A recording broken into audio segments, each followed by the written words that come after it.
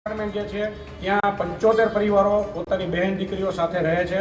તમામે તમામ પરિવારો મધ્યમ વર્ગના છે। પોતાની જાત મહેનતથી અને મરણ મૂડીથી મિલકતો ખરીદેલી છે।